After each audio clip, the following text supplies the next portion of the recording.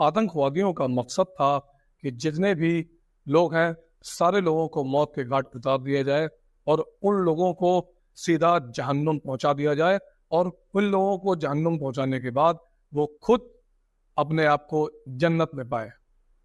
आतंकवादियों का जो भी एक मान्यता है, आतंकवादियों की मान्यता के हिसाब से अगर वो लोग दूसरे धर्म के लोगों को यानी कि काफिरों को अगर मारते हैं, इससे उन लोगों को जन्नत नसीब होती है। ये जो पूरी दुनिया में प्रोपोगेंडा चल रहा है, ये केवल इस तर्ज पर ही चल रहा है। वैष्णो देवी यात्रा के दौरान जो शिव खोड़ी के पास में जो बस में गोलियां चलाई गई और ये जन्नत और जहन्नुम का कॉन्सेप्ट जो है ये पूरी दुनिया में चल रहा है। और जो आतंकवादी हैं वो गैर जो भी उनकी किताब के हिसाब से जो भी सही है, उनके धर्म में जो है उसी हिसाब से वो लोग काम करते हैं। और जो भी लोग उनकी किताब को नहीं मानते हैं वो लोग उनको जहन्नुम यानी मौत के घाट उतार देते हैं। इस तरह से जो आतंकवादी हैं वो अपना काम करते हैं और समय समय पर जो उनके धर्म को और उनकी किताब को नहीं मानते उस पर ये लोग हमला करते हैं और आए दिन इस तरीके के हमले भारतवर्ष में होते रहते हैं। दोस्तों, ऐसा ही एक हमला वैष्णो देवी यात्रा के दौरान हुआ जिसमें 42 यात्री सवार थे और वो यात्री अपनी यात्रा कर रहे थे, लेकिन आतंकवादियों ने उनके ऊपर अचानक हमला बोल दिया जिसमें जो 42 यात्री थे उसमें 9 यात्री मारे गए।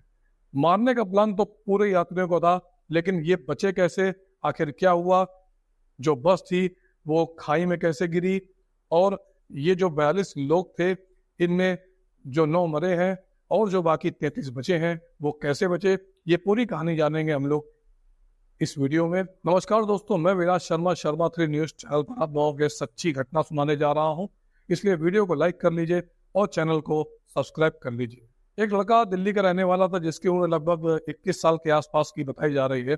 उसका नाम होता है सौरभ गुप्ता।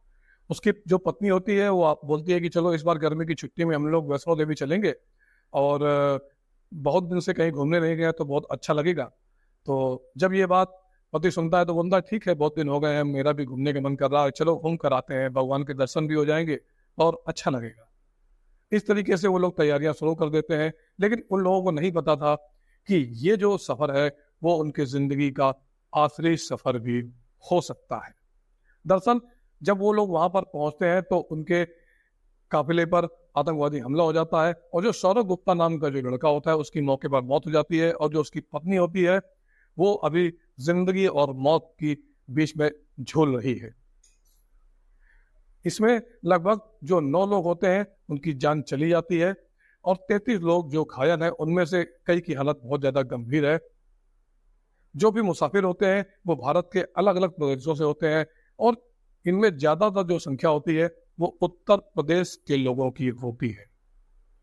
जैसे ही ये खबर पहुंचती है और पूरे भारतवर्ष में फैलती जाती है तो सभी लोगों के बीच गुस्सा बढ़ता चला जाता है कि आखिर ये हमला कहां पर किया गया और क्यों किया गया, हमला किसने किया और कितने लोग इस हमले में शामिल थे। और पूरे देश में सोशल मीडिया पे और अखबारों के माध्यम से ये सारी खबर पूरे देश में फैलने लगती है। ये घटना जम्मू कश्मीर के जम्मू की है। वहीं पर एक कटरा एक जगह पड़ती है, कटरा में ही वैष्णो देवी है। वहां पर बहुत बड़ी संख्या में पूरे देश से माता वैष्णो देवी के दर्शन करने के लिए श्रद्धालु लोग पहुंचते हैं। लगभग यहाँ से 80 किलोमीटर की दूरी पर एक शिवखोड़ी नाम की एक जगह है, यहाँ पर भी वो लोग दर्शन करने जाते हैं। यहाँ पर भगवान शिव की पूजा होती है और जो मंदिर है वो बहुत ही ज्यादा प्रसिद्ध है और बहुत ही ज्यादा उसकी मान्यता है। अब जो भी लोग दर्शन करते हैं वैष्णो देवी में फिर वहां से प्लान बनाते हैं कि चलो अब यहाँ से हम लोग चलते हैं शिवखोड़ी घूमने के लिए। अब जो कि बहुत सारे लोगों के पास अपना खुद का वाहन होता है तो वो लोग अपने वाहन से चले जाते हैं, लेकिन कुछ लोग जो बसों से आते हैं तो वो लोग एक बस में बैठते हैं। बस की जो कैपेसिटी होती है वो लगभग 53 लोगों को बैठाने की होती है और उसमें टोटल 42 लोग बैठते हैं। और जो बस का कंडक्टर, बस का ड्राइवर और बस का कंडक्टर होता है, ड्राइवर का नाम होता है विजय कुमार शर्मा, जो कि कटरा का निवासी होता है। और उसके साथ उसका जो क्लीनर यानी कि कंडक्टर होता है उसका नाम होता है अरुण कुमार।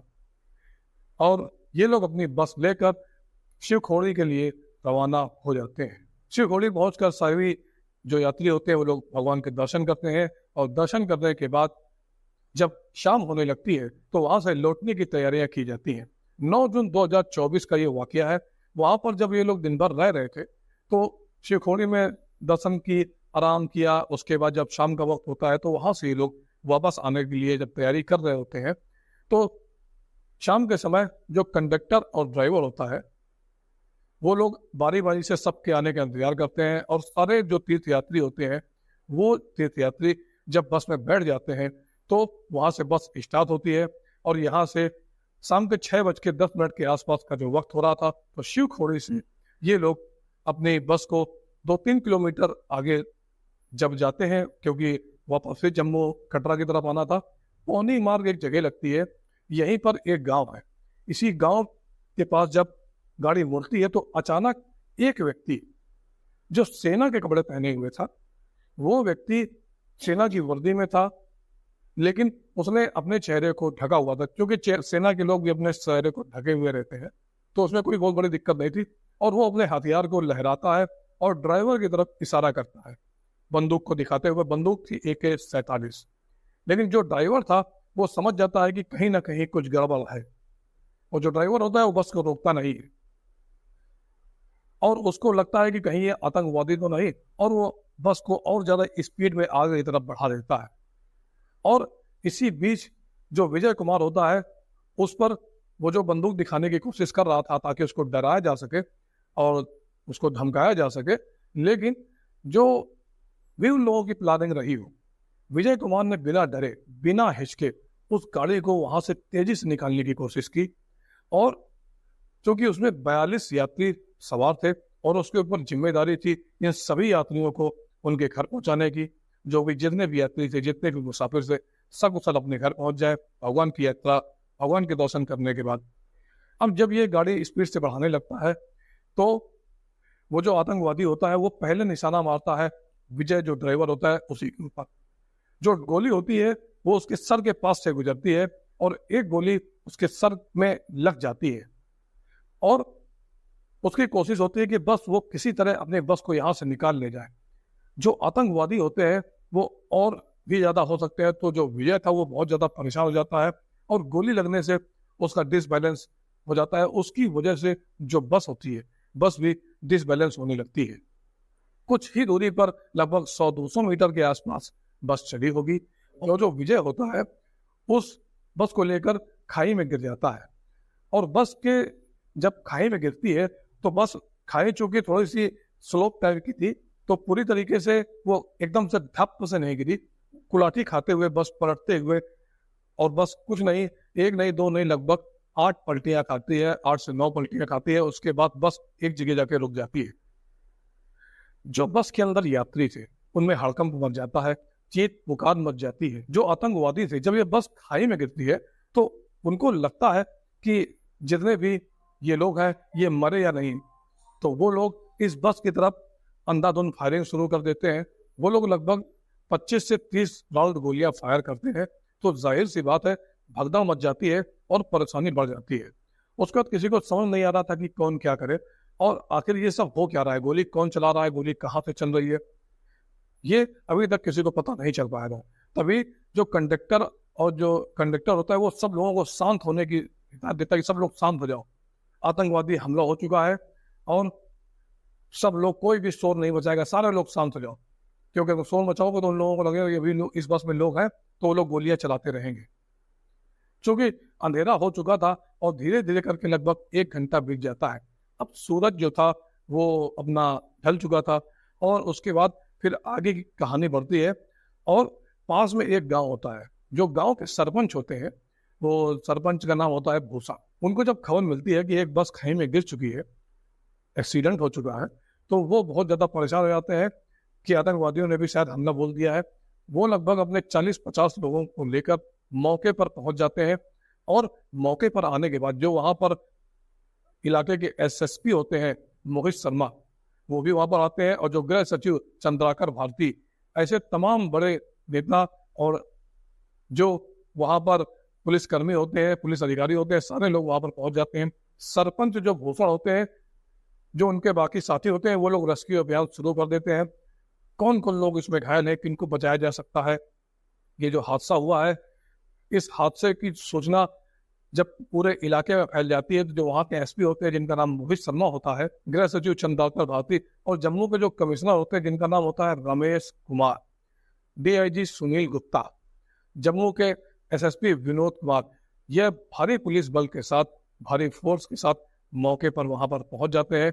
घायलों को निकालने का काम शुरू हो जाता है, उनका उपचार करने का काम शुरू हो जाता है। जहां पर घटनाक्रम हुआ ये रियासी जिला लगता है, यहाँ का जो जिला अस्पताल होता है सीएससी, यहाँ पर कुछ लोगों को भर्ती किया जाता है और कुछ लोगों को जीएमसी में भी भर्ती किया जाता है, और जो कुछ बचे हुए लोग होते हैं उनको नारायण अस्पताल में भी भर्ती कराया जाता है। चूंकि बहुत सारे लोग जो थे वो बहुत ज्यादा सीरियस भी थे, अब जल्द से जल्द इनका इलाज शुरू होता है। अब गिनती जब की जाती है तो मौके पर कुल 9 लोगों की मौत हो चुकी थी, जिसमें एक 3 साल का बच्चा भी शामिल होता है। टोटल 33 लोग जो गंभीर रूप से घायल हो जाते हैं।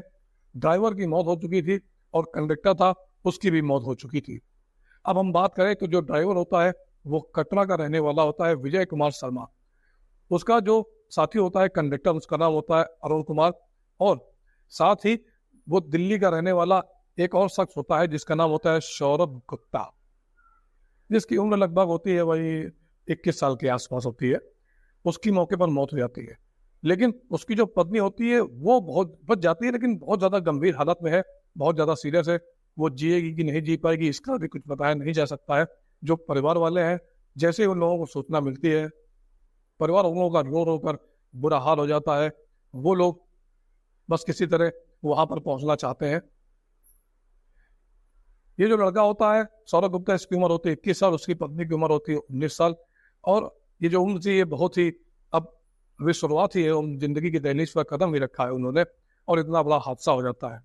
माता वैष्णो देवी के दर्शन करने के लिए ये लोग अपना गए थे, लेकिन पता नहीं था कि इतना बड़ा हादसा उन लोगों के साथ हो जाएगा।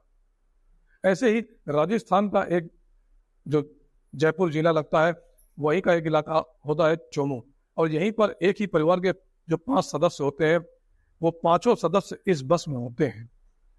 अब चूंकि ये लोग यात्रा करने के लिए जा रहे थे तो इसमें केवल परिवार का एक व्यक्ति बचता है जिसका नाम होता है पवन कुमार सैनी। उसका जो भाई होता है राजेंद्र सैनी, उसकी भाभी ममता देवी, उन दोनों की मौके पर मौत हो जाती है।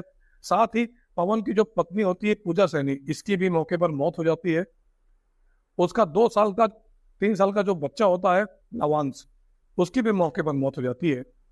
इसके बाद जो मरने वालों की कुल मिलाकर संख्या होती है जो टोटल 9 बताई जा रही है। अब ये संख्या बढ़ भी सकती है। उत्तर प्रदेश का बलरामपुर एक जिला लगता है, यही की एक तहसील है, इसी तहसील का एक गांव लगता है। इसी गांव में रहने वाली रूबी, जिसकी उम्र लगभग 15-16 साल के आसपास की होती है, ये अतरौली की रहने वाली होती है। और इसी तहसील का रहने वाला अनुराग वर्मा, इसकी भी मौके पर मौत हो जाती है। कुल मिलाकर मरने वालों की जो संख्या होती है वो 9 हो जाती है और घायलों की संख्या हो जाती है 33।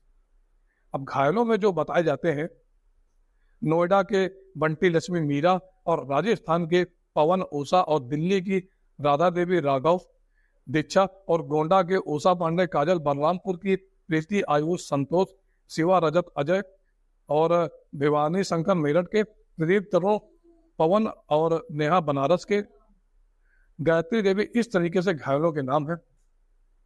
जब ये वाकया होता है इसी दौरान प्रधानमंत्री मोदी अपने तीसरे कार्यकाल के लिए राष्ट्रपति भवन में शपथ ले रहे थे और अपने तीसरे कार्यकाल की शुरुआत करने जा रहे थे। जो मंत्री लोग होते हैं वो लोग भी शपथ ले रहे थे। देश जश्न के माहौल में डूबा था और दूसरी तरफ आतंकवादियों ने जम्मू के रियासी इलाके में हमला कर दिया। उसमें 9 लोग मारे जाते हैं, 33 लोग घायल हैं। अब ये जो घायल है इसमें कुछ बहुत ही गंभीर रूप से भी घायल है। अब ये लोग भी आगे संख्या बढ़ सकती है, भगवान ना करे ऐसा हो। और जो विजय कुमार शर्मा होते हैं, जो ड्राइवर होता है, उसने न केवल यात्रियों के बचाने की पुरजोर कोशिश की बल्कि उसने अपनी जिंदगी भी खो दी।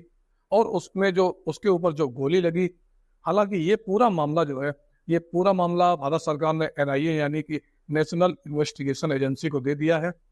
आखिरकार इसमें इसके पीछे, हमले के पीछे क्या राज है, क्यों किया गया और किन किन लोगों ने किया। सरकार का कहना है कि किसी को बख्शा नहीं जाएगा और इसमें पाकिस्तान का हाथ भी बताया जा रहा है और चूंकि 9 से 10 आतंकवादी अभी NIA की जो खुफिया रिपोर्ट मिली है उसमें बताया गया है कि 9 से 10 आतंकवादी जम्मू कश्मीर में इस समय नए आए हैं और पता लगाने की कोशिश की जा रही है कि ये लोग कौन है। सरकार ने इन मरने वालों को 10 लाख रुपए प्रति व्यक्ति और जो लोग घायल हैं उनको 50,000 रुपए प्रति व्यक्ति देने की घोषणा की है। अब ये जो मामला बताया जा रहा है, ऐसी उम्मीद लगाई जा रही है कि जो जम्मू और कश्मीर है यहाँ पर पूरे ऑल इंडिया से दूर दराज के लोग आते हैं और अभी अमरनाथ यात्रा शुरू होने वाली है। हो सकता है शायद उस यात्री में इन लोगों को धमकाने के लिए, श्रद्धालुओं में एक दहशत का माहौल पैदा करने के लिए कि वो लोग यात्रा में शामिल ना हो सके, इस तरह की ये मकसद किया गया है। इसी तरह आपको याद होगा एक अनंतनाग में भी हमला किया गया था जिसमें श्रद्धालु थे और उसके बाद सरकार ने जवाबी कार्रवाई की थी। लेकिन इसके पीछे जिन लोगों को, जो लोग भी लोग हैं, उन लोगों को बख्शा नहीं जाएगा। पाकिस्तान को कड़ी चेतावनी दी जा चुकी है और जो भी आतंकवादी इसमें शामिल है, और विपक्ष जो है वो ये बोल रहा है कि सरकार को दूसरा सर्जिकल स्ट्राइक करना चाहिए और पाकिस्तान को इस बात का करारा जवाब देना चाहिए। सरकार का पर भी प्रेशर बहुत ज्यादा हो चुका है कि वो सर्जिकल स्ट्राइक कर कर इसका बदला ले। जो श्रद्धालु थे बेचारे इस पूरे घटनाक्रम में मारे गए। दोस्तों, ये जो घटनाक्रम हुआ ये बहुत ही दयनीय और बहुत ही ज्यादा परेशान करने वाला था और ये जो आतंकवादी थे जिन्होंने ये हमला किया, इसके बाद उनको जन्नत मिलेगी या नहीं मिलेगी, क्योंकि उन्होंने दूसरे धर्म के लोगों को काफिर समझकर उनको मौत के घाट पर उतार दिया। क्योंकि उन लोगों का तो पूरा का पूरा मकसद था कि सारे लोगों को मौत के घाट उतार दें। जिस तरह से अनंतनाग में उन्होंने किया था उसी तरह जम्मू कश्मीर के रियासी जिले में वो लोग करना चाहते थे। हालांकि वो लोग कामयाब नहीं हो पाए क्योंकि बस खाई में गिर गई थी, रात का समय था, चिप पुकार शांत हो गए, तब जाके उन लोगों ने गोलियां चलाना बंद किया जब उनको यकीन हो गया कि सारे लोग, सारे काफिर मर चुके हैं। अब इसके बाद जो जन्नत और जहन्नुम का कॉन्सेप्ट है, पूरी दुनिया इसमें दो धाड़ हो चुकी है और ये लोग कब मानेंगे कब नहीं मानेंगे ये तो भविष्य की गर्त में छिपा है। लेकिन इन लोगों को इस तरह से हमला नहीं करना चाहिए। बेकसूर और मासूम लोगों की इस तरह से हत्या करना अच्छी बात नहीं है। उन लोगों को भी, जिन लोगों ने ये हमला किया, उनको भी सोचना चाहिए। दोस्तों, इस घटना में आगे अगर कोई नई खबर होगी, कोई नई न्यूज आएगी तो मैं अपने इस चैनल पर डालूंगा। इसलिए अगर आप लोग नए हैं तो चैनल को सब्सक्राइब करें, अगर पुराने हैं तो लाइक शेयर करें। धन्यवाद।